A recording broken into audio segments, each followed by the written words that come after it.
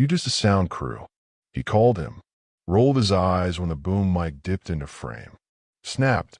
Can you not breathe so loud? But what the actor didn't know is that the man he just belittled silently signed his multi-million-dollar paycheck. And when the director turned around and said, "That's not just sound, that's our executive producer," the whole room stopped.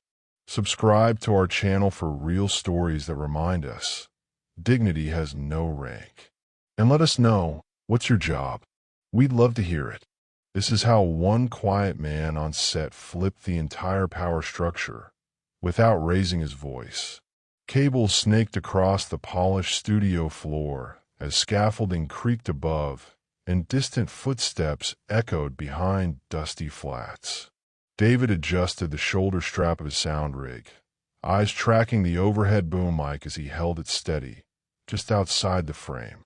His fingers moved with practiced calm, twisting the gain knob a hair to the left, barely noticeable to anyone not listening for perfection. Around him, chaos danced. PAs passed messages like they were smuggling secrets. A gaffer cursed under his breath about a missing C-stand, and cameras rolled into place with the hush of high-budget tension blanketing the space. David had worked much bigger sets than this, but none with this particular mix of pressure and ego, especially not with Graham Lowell stepping into the spotlight, dressed in a crisp navy suit with 2 undone buttons. Graham exhaled like the room was bothering him. "Rolling," someone called. "Speed," came the sound cue. David's voice, clear and low, clipped into the conversation. "Sound 2 live." The assistant director nodded to camera, then called, "Action." Graham took 2 steps forward and snapped into character. Almost. The boom mic dipped half an inch, grazing his peripheral vision, hardly enough to register, unless you were looking for a reason. He paused midline, eyes flicking up. "Cut," he muttered. Then louder. "Seriously? Can we not have a microphone in my goddamn shot?" The room wobbled in uncertainty, people exchanging glances without moving. David gently raised the boom back, lowered an inch, nodded once to indicate the correction. He didn't speak. He never did when he didn't have to. Graham turned away with an exaggerated sigh. "Maybe the sound guy should soundproof himself," he said, voice flat with venom. No one laughed. Only the hiss of a fog machine cutting off broke the silence. David took a slow breath, leaned into his headphone briefly to check levels, then met the eyes of a young PA. She looked startled, but said nothing. As rehearsals limped forward, Graham's lines dragged. He missed marks, blamed lighting, adjusted his collar too many times. Suddenly, he snapped his head toward David again, this time unprovoked. "Is that wheezing coming from you?" "Jesus, just stand still." A few heads turned. David didn't flinch. He tapped a tiny button on his belt, locked the channel, and carefully stepped back out of frame. Behind him, a coil of cable slipped off a hook, thudding quietly to the floor. As crew members reset for another take, the director glanced at David from across the room. Something unspoken passed between them. David gave a nearly imperceptible nod and stepped toward the exit, quietly unstrapping his boom. No one followed him with their gaze, except Graham, who muttered under his breath, "Finally." But what he didn't notice, what none of them noticed, was where David was headed, or why the director had stopped smiling. A fresh wave of lights ignited across the set, casting warm halos over the furniture and bouncing glare off Graham Lowell's pressed shirt collar as he stood center stage, frowning at a mark on the floor. A slate clapped, too loud this time, and Graham winced, waving irritably. "Let's try not to shatter my skull next take," he muttered, brushing imaginary dust from his cuff. Lexi, a young PA barely past 20, flinched and adjusted her clipboard. "Picture's up," someone announced. Camera locked. The scene began. Graham's voice softened for the role, buttery and conflicted, just as the soundstage absorbed his every nuance. Then he paused, one single beat off as he glanced left. The boom mic hovered just within range, but well outside the frame. Perfectly placed, perfectly still. Still, he scowled. Cut, he bit out, not waiting for the director's cue. Get him out of my shot. A few people looked around, unsure who him meant. Graham threw out a hand toward air, vague and cruel. Sound still, breathing in a mic like he's training for a marathon. His tone wasn't even angry. It was bored, condescending, like correcting a child. No one spoke. Someone refilled his water during the pause.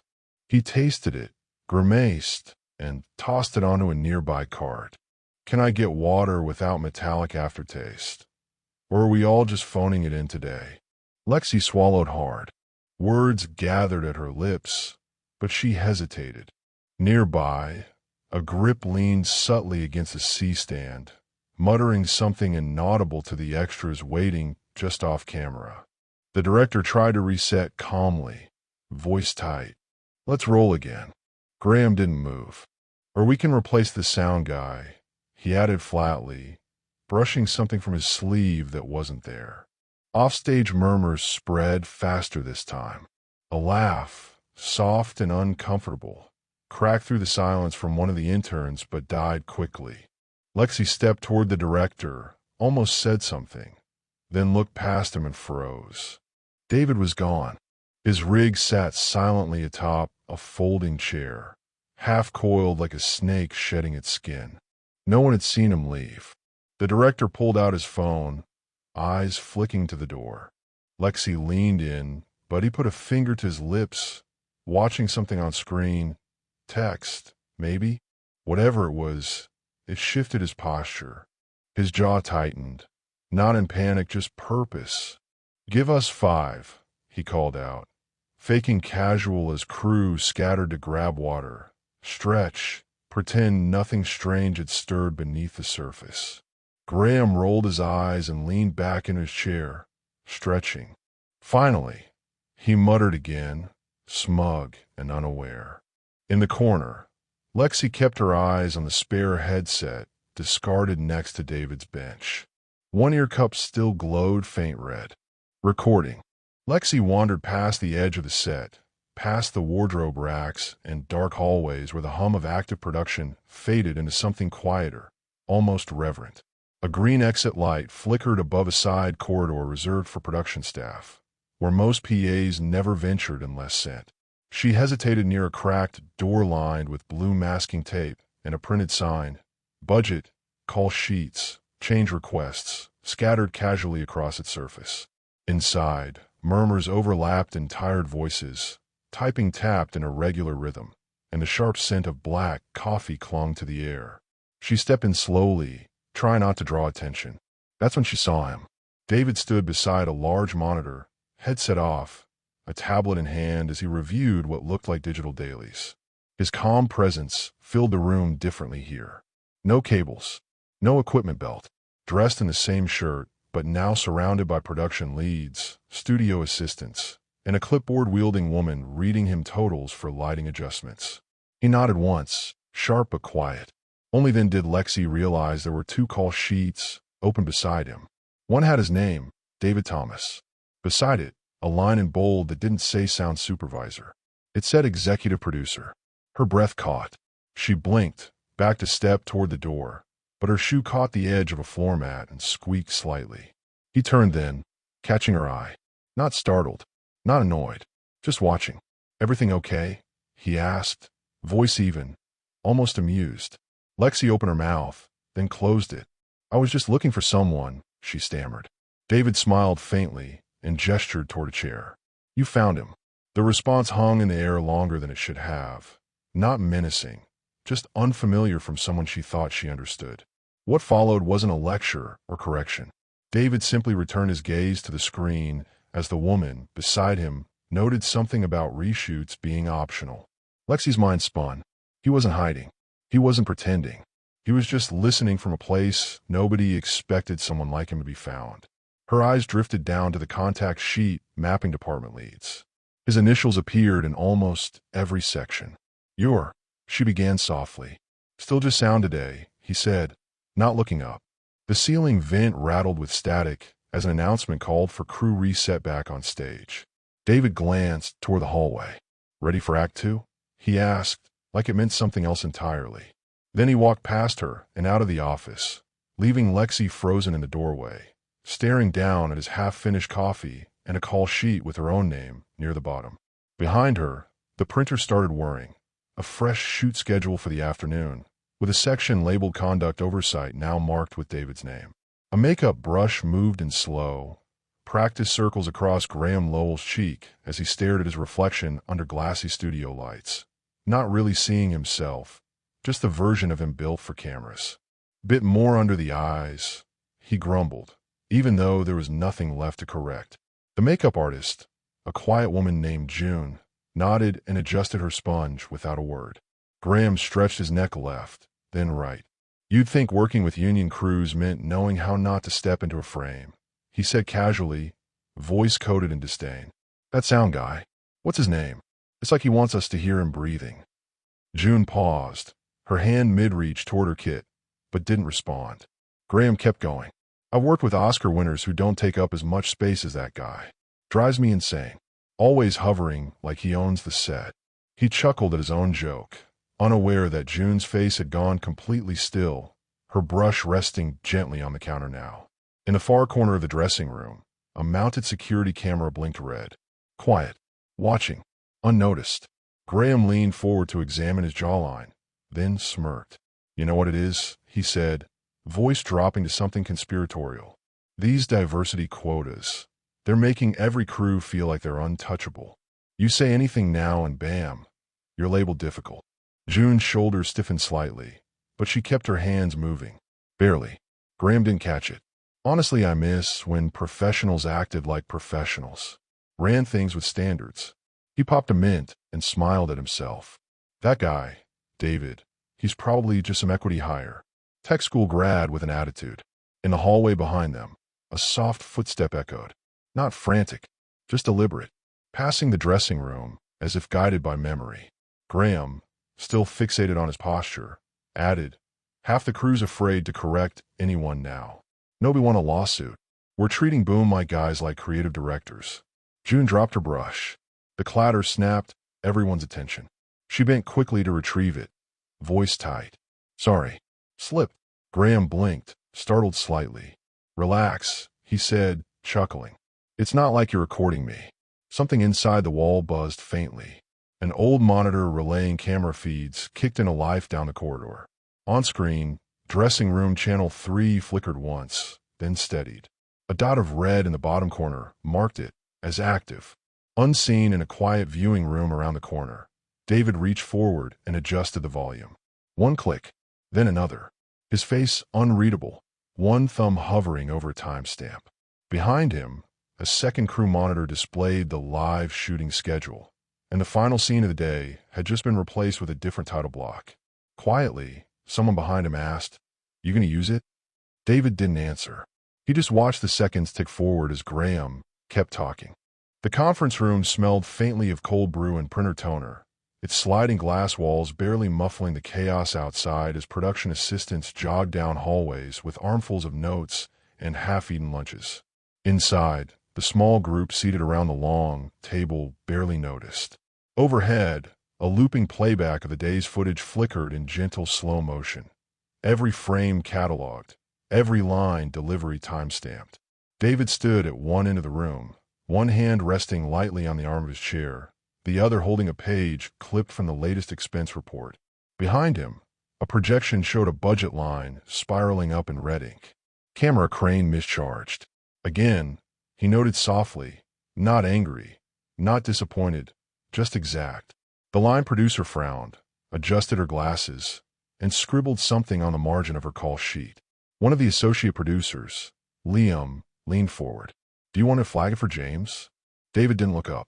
"No," he said, calm and patient. "I'll walk it down myself." A studio rep leaned against the wall beside the espresso machine, pretending to check texts but watching David in quiet recognition. One nod from him was enough. Two other crew leads stood nearby, reviewing reshoot approvals. David glanced at their clipboard, pointed to a note from pre-pro with his signature on it. "We greenlit scene 42B last month. Don't let anyone tell you different." They nodded immediately. Outside, Graham's trailer door slammed shut, echoing faintly down the corridor. One of the admin interns poked into the room, chewing her lip. Sorry to interrupt, but was David just in there?" she whispered to the studio rep, who smiled slightly. "He's still here. Just walked in." The intern hesitated. "But he's sound, right?" The rep tapped her tablet twice to wake the screen. There, listed on the day's master release schedule, was David Thomas, executive producer, equity stakeholder, conduct oversight. The intern paled slightly and took a step back. In that moment, someone from legal handed David a thin folder marked talent agreement. Writer, 3 breach clauses. The executive summary page fluttered in his hand and paused on a single line item. Asterisk onset behavioral escalation resulting in crew misconduct star. Redacted notes, scrawled margins. David tucked the folder under his arm, nodded his thanks, and glanced at the time. Behind him, one of the PA's phones buzzed with a message. Asterisk wait. Why is sound sitting in finance? Asterisk. David pressed the elevator button with sharp precision, each movement unhurried but unwavering. As the doors closed behind him, a muffled voice from inside the conference room said, "Does Graham know yet?" No one answered. Downstairs, craft services laid out afternoon snacks beside a small whiteboard labeled with scene changes. Written hastily in marker, the final block of the day had been scratched out completely, replaced with a single phrase. Full cast. Note from EP. Chairs scraped across the soundstage floor as the crew gathered around the lighting grid, a soft murmur of confusion pulsing beneath the tinted rafters. There hadn't been a mid-afternoon meeting scheduled. Not officially. But suddenly, everyone had been called in, grips, PAs, camera ops, assistant directors. Even background extras paused makeup touch-ups to wander over. Graham strolled in last, sunglasses still on indoors, voice raised in performative exasperation. "Are we doing an announcement now? I've got lines to rehearse." The director, usually a cool presence behind the monitor, now stood front and center, arms crossed, lips drawn into a line that said little but meant plenty. He waited until the talking thinned. Then he stepped forward, voice calm but wired with something harder. "Before we move into the last block," he said, "I think it's time to properly reintroduce one of our team members." Eyes slid toward Lexi, then toward David, who had returned quietly to set without his sound rig, wearing a different shirt, this one pressed and collar buttoned. He didn't stand out, not at first. Not until the director gestured toward him like he belonged exactly where he was. "This is David Thomas," the director said, letting the name settle. "Executive producer. Lead equity partner on this film." Someone gasped softly. A prop master said, "Wait, what?" too loudly. Graham froze, lips parted mid-smirk, smile still half-formed like it hadn't gotten the signal yet. The silence thickened, awkward and sharp, like every camera lens had flipped inward. David stepped forward then, not cocky, not smug, just sure. His hands loosely clasped in front of him, his eyes calm as ever. He didn't smile. "I appreciate the work you've all been doing," he said quietly, scanning the room. "Especially those who managed to stay kind under pressure." The line landed like a stone on glass. A few glances dropped to the floor. Graham didn't blink. His fingers twitched once at his side. He stepped forward, only half a pace, as if about to dispute something, but no sound came out. One boom op coughed softly, shifted his weight. Lexi exhaled a breath she didn't know she was holding. "We'll resume shooting in 10, the director said, voice curt now, dismissing them. Crew disbanded in a ripple of whispering awe. Graham stayed put, alone in the space left behind. And as David walked past him toward the monitor station, he paused. Just for a moment. No glares. No threats. Only a brief acknowledgement, like they were now playing different roles than anyone expected. Graham turned to speak, but David was already gone, headphones looped loosely around his neck, carrying no tools but suddenly holding every frame of the next scene in the palm of his hand. Behind them, The script supervisor flipped to the next scene heading, her pen hovering over a title none of them had rehearsed yet. Revisions pending. Graham found him alone backstage near the wardrobe racks, wherein used hangers clinked softly against a metal rail, and the air smelled faintly of starch and quiet. David stood with his back partly turned, examining a wall of call sheets pinned up in tidy, color-coded rows. For a moment Graham just watched, unsure how to begin, the usual smirk caught somewhere between obligation and damage control. "That was unexpected," he said finally, words stiff as iron. David didn't flinch. Was it? His tone wasn't cold, but it didn't offer shelter either. The second hand on Graham's watch ticked too loudly. "I didn't mean to. I thought you were."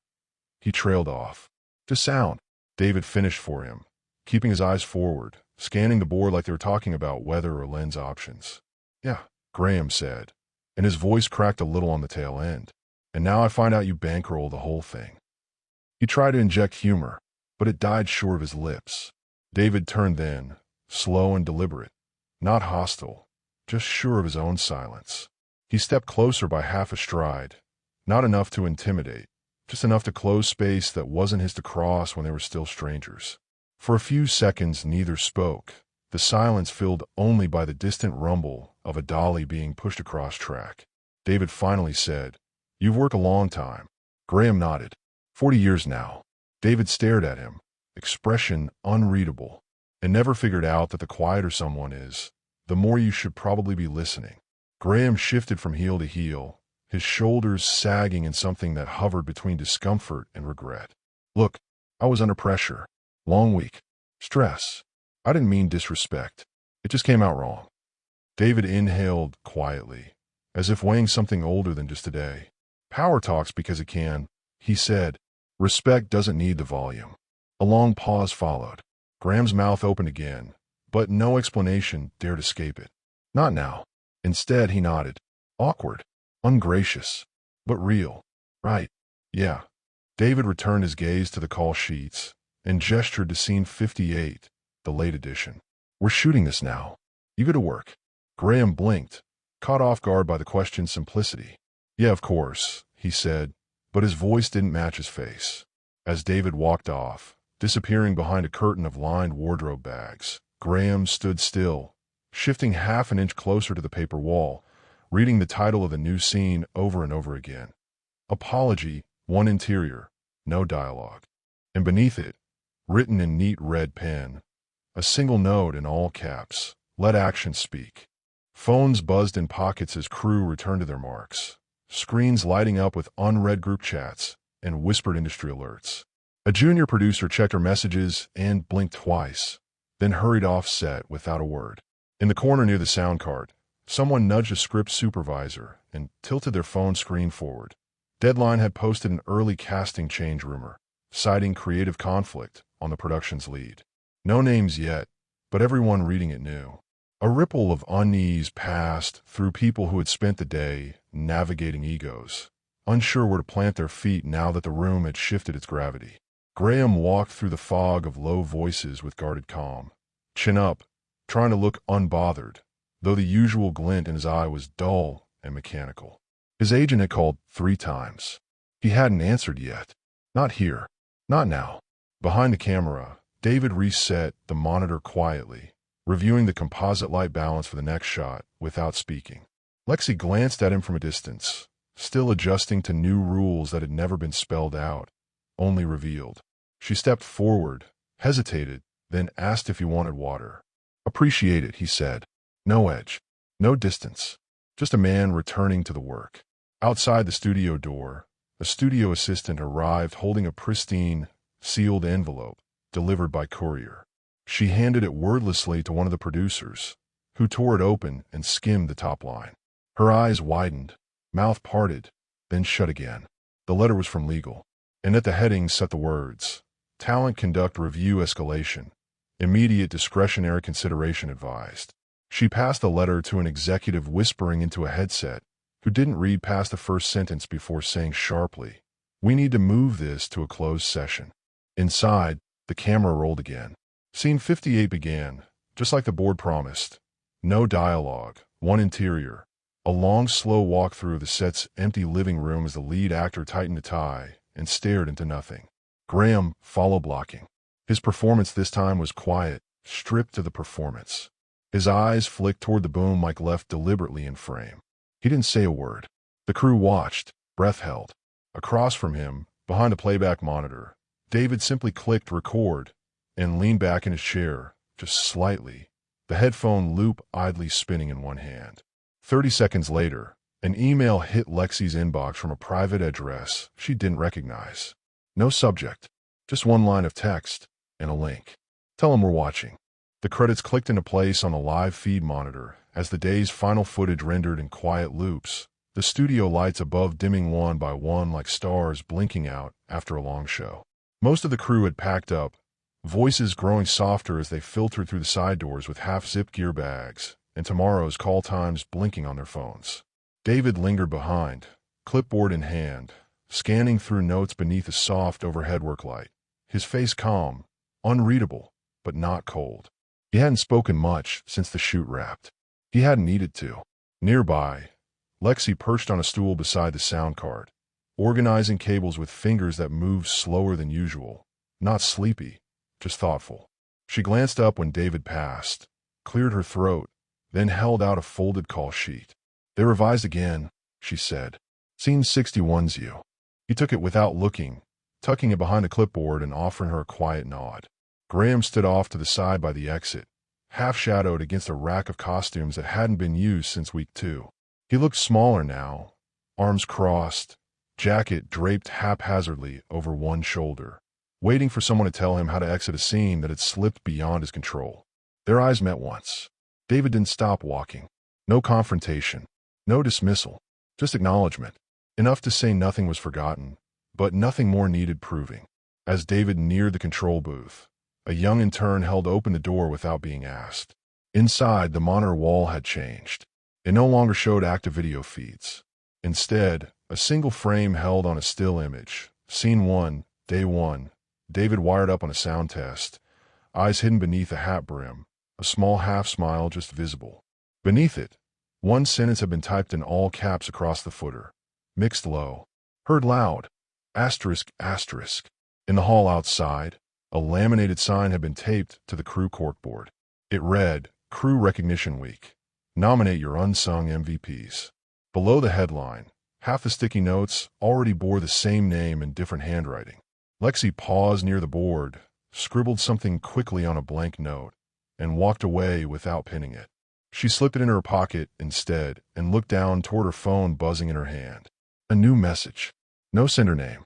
A single line. Asterisk next project. Your credits bumped to first assistant. Talk soon. Asterisk her breath caught. But before she could react, a soft notification pulsed across David's private inbox in the booth. Subject. Screening approved. Location redacted. David's thumb hovered over it as the studio lights buzzed once, then flickered off completely, leaving only the blue glow of confirmation and a backlit door slowly opening behind him. The chairs were arranged in a semicircle beneath soft track lights.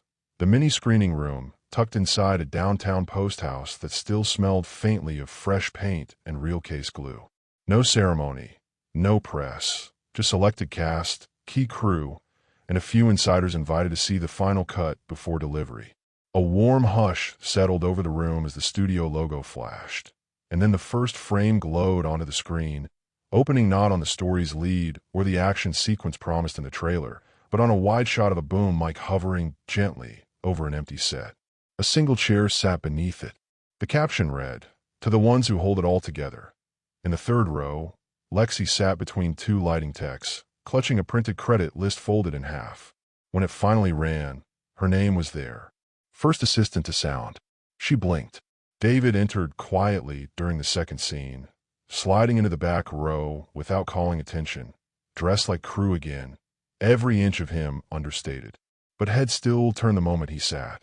Nobody acknowledged it aloud, but every glance said what words couldn't carry. People remembered now. The film played smooth and sharp, but the tension in the room wasn't on screen. It hung in the silence after a particular scene. Scene 58.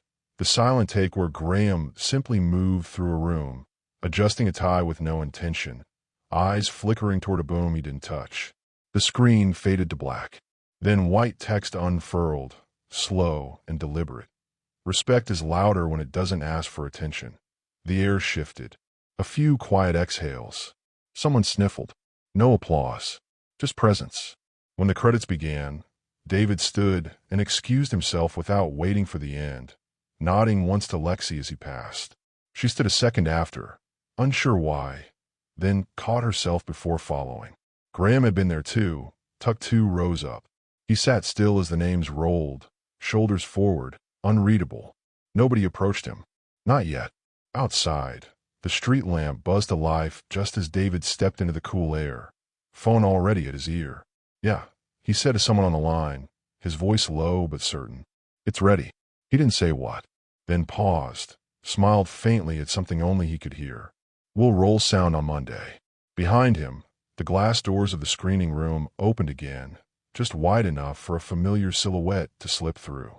And for the first time in a long time, Graham didn't look like he needed lines to deliver something real.